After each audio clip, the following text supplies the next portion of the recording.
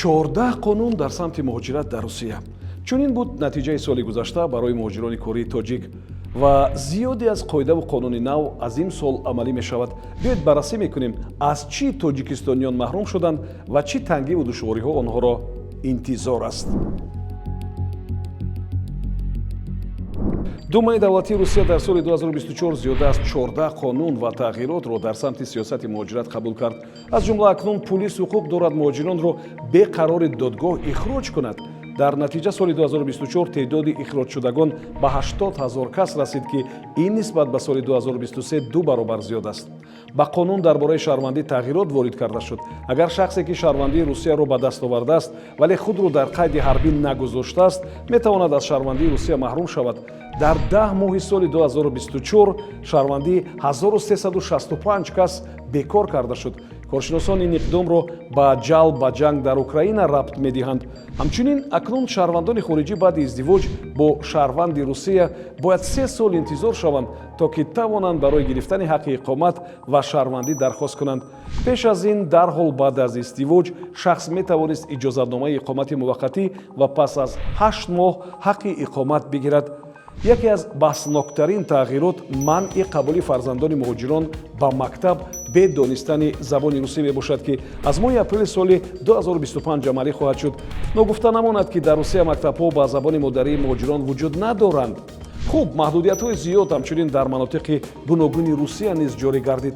масалан, дар Севастополь 77 намуди фаъолиятро барои муҳоҷирон маън карданд. дар Новосибирск 35 намуд фаъолият. чунин маҳдудиятҳо дар дигар минтақаҳо низ муқаррар карда шуданд. ҳамаи ин тағйирот ба зиндагӣ ва фаъолияти зиёда аз 1 миллион муҳоҷири тоҷик дар Русия таъсири ҷиддӣ мерасонад. ҳарчанд Тоҷикистон шумораи муҳоҷиронро камтар, тақрибан 600 000 кас медонад.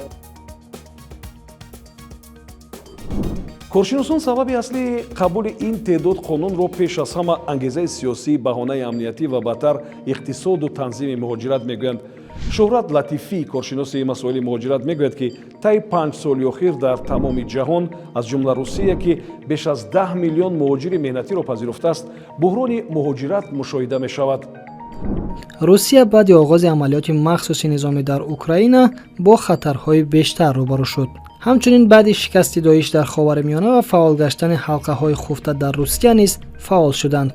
амали террористӣ дар Крокус бошад ангезаи тезонидани назорати қатъии раванди муҳоҷират гашт. ба андешаи Шӯҳрат Латифӣ, қабули қонунҳои зиёд ва шадид гаштани назорати муҳоҷирон дар Русия паҳлӯи мусбат ҳам дорад. ин барои гуногунсамт кардани раванди муҳоҷират дар кишварҳои фиристонандаи муҳоҷирон такон мебахшад. масъулин дар ин кишварҳо маҷбур мешаванд самтҳои дигари муҳоҷиратро пайдо кунанд ва аз фишори сиёсии Русия раҳо гарданд. вале ин раванди танзими муҳоҷират ба поймол гаштани меъёрҳои байналмилалӣ ва ҳуқуқи инсон амалӣ мегардад ва ба гуфтаи коршинос ҳамчун афзори фишор истифода мешавад. русия муҳоҷиронро чун фишанги фишори сиёсӣ ба кишварҳои осиёи марказӣ истифода мекунад. яъне Русия дар асоси будубоши муҳоҷиронро танг ё сабук кардан метавонад аз давлатҳои фиристандаи муҳоҷирон чизе талаб кунад. коршиноси дигар ки дар Русия иқомат мекунад ва нахост номаш ифшо шавад, мегӯяд ки бо қабули ин қонунҳо Русия аз як тараф мехоҳад сиёсати муҳоҷирати ин кишварро ба тартиб дарорад ки албатта орӣ аз камбудӣ нест, аммо аз ҷониби дигар онро ҳамчун афзори сиёсӣ истифода мекунад. сиёсатмадорони Русия ҳамеша душман мекобанд то бохту норасоии сиёсати худро ба сари ӯ бор кунанд. замони рух додани ҳодиса дар Крокус Сити Ҳол Русия дар вазъияти нохубе қарор гирифт ва ин ҳодиса баҳонаи хубе шуд ки сиёсатмадорони рус аз муҳоҷирон душман тарошанду аз худ қаҳрамон созанд. ҳамзамон бо истифода аз расонаҳои дарборӣ алайҳи муҳоҷирон афкори манфӣ сохтанд. вақте хостаашон амалӣ шуд, моҳҳои охир таблиғотро дар ин самт сустар карданд. ба ақидаи ин коршинос, Русия ҳамчунин дар симои муҳоҷирон аскари тайёрро мебинад ва ҳарчи бештар онҳоро дар ҷанг қурбон кардан мехоҳад.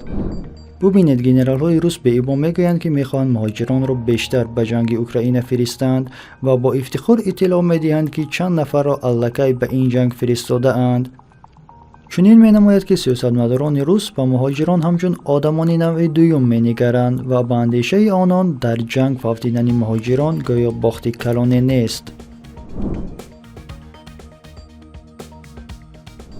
мувофиқи иттилои раиси кумитаи тафтишотии русия александр бастрикин ба ҳолати моҳи июни соли 2024 зиёда аз 10 000 муҳоҷири меҳнатӣ ки шаҳрвандии русияро гирифтанд барои иштирок дар амалиёти ҷангӣ дар Украина фиристода шуданд.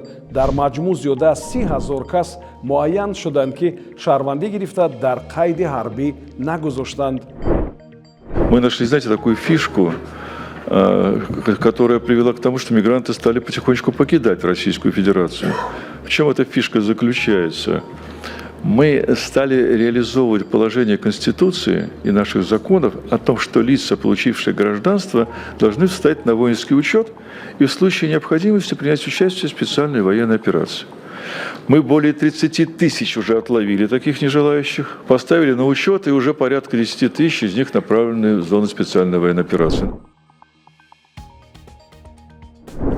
аз қавли Владимир Путин раиси ҷумҳурии Русия ки зимни нишасти солонаи матбуотиаш гуфт сиёсати муҳоҷиратро пурзур кунед ва назорати муҳоҷиронро шиддат бахшед, метавон хулоса кард ки минбаъд низ дар ин кишвар фишор болои муҳоҷирон афзоиш меёбад. бояд таъкид кард ки мақомоти кишварҳои Тоҷикистону Узбекистон ки фиристонандаи аслии муҳоҷирон ба Русия ҳастанд, солҳои охир бо кишварҳои мисли Британияи Кабир, Кӯриёи Ҷанубӣ, давлатҳои назди Балтика, давлатҳои арабӣ ҷиҳати ирсоли муҳоҷирон шартномаҳо имзо мекунанд ва аллакай теъдодеро низ ирсол карданд. ба саҳифаҳои мо обуна шавед то аз далелҳои воқеӣ огоҳ ва аз дасткориҳову дурӯғпароканиҳо эмин бошед.